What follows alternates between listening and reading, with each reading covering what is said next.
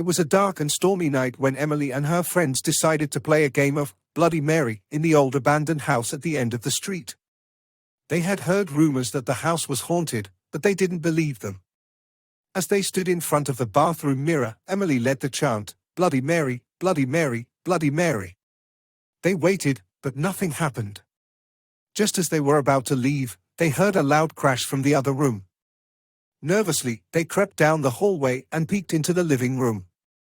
They saw a shadowy figure moving in the corner of the room. They thought it was just their imagination until the figure turned to face them. It was a woman, dressed in a long white gown, with blood streaming down her face. Emily and her friend screamed and ran out of the house.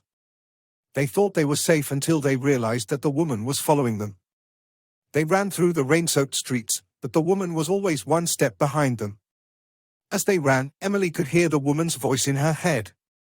"You summoned me," the voice whispered. "You will pay for your foolishness."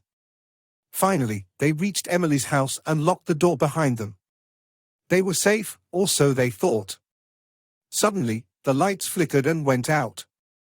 They could hear the sound of shattering glass coming from the other side of the door. They huddled together in the dark, waiting for the woman to come for them. But she never did. The lights flickered back on, and they cautiously looked around the room.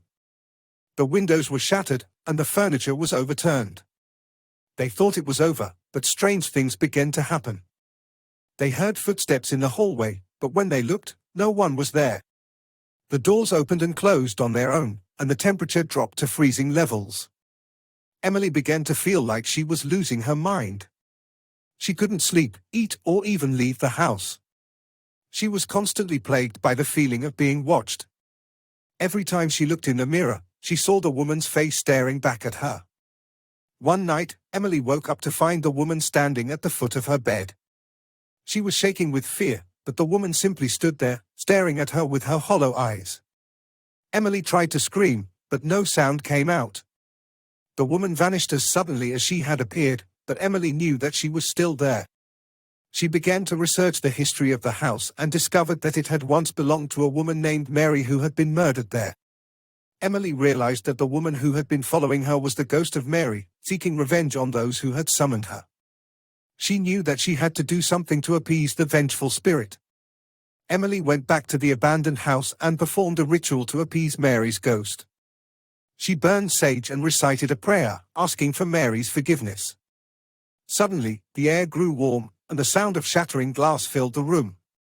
When Emily opened her eyes, the ghost of Mary was standing in front of her. She no longer looked vengeful or angry, but at peace. Mary spoke, "Thank you for giving me peace. I can finally rest." The ghost of Mary disappeared, and Emily knew that the curse had been lifted.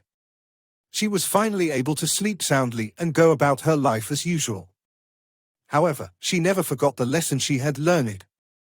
Some things are better left alone, and sometimes the past should be left to rest.